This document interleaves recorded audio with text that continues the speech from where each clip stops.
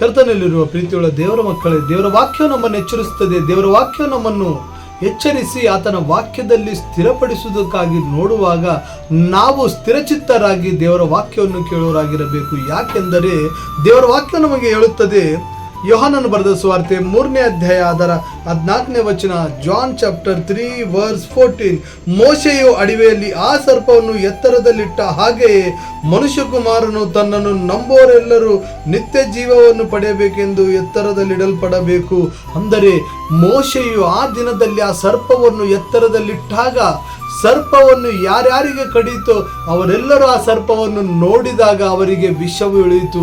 ಈ ದಿನದಲ್ಲಿ ನಮ್ಮ ಜೀವದ ರಕ್ಷಕನಾಗಿರುವ ಕರ್ತನನ್ನು ನಾವು ಸಹ ಎತ್ತರದಲ್ಲಿಡಬೇಕು. ಆತನನ್ನು ನಾವು ಪ್ರತಿ ಸಾರಿ ನಮ್ಮ ಎಲ್ಲದಕ್ಕಿಂತ ಮುಂಚೆಯಾಗಿ ಆತನನ್ನು ಆರಾಧಿಸುವರಾಗಿರಬೇಕು. ಈ ರೀತಿಯಾಗಿದ್ದರೆ ನಾವು ನಮ್ಮ ಪಾಪಗಳನ್ನು ತೊಳೆದುಕೊಂಡು ನಾವು ಪರಲೋಕಕ್ಕೆ ಪಾತ್ರರಾಗುತ್ತೇವೆ. ಆ ರೀತಿಯಾಗುವುದಕ್ಕೆ ಈ ಲೋಕದಲ್ಲಿ ನಾವು ಆತನನ್ನು ಎತ್ತರದಲ್ಲಿಟ್ಟು ನಮ್ಮ ಜೀವಿತದಲ್ಲಿ ನಾವು ಬೆಳೆಯಬೇಕು. ದೇವರ ವಾಕ್ಯವನ್ನು ಆಶೀರ್ವದಿಸಲಿ.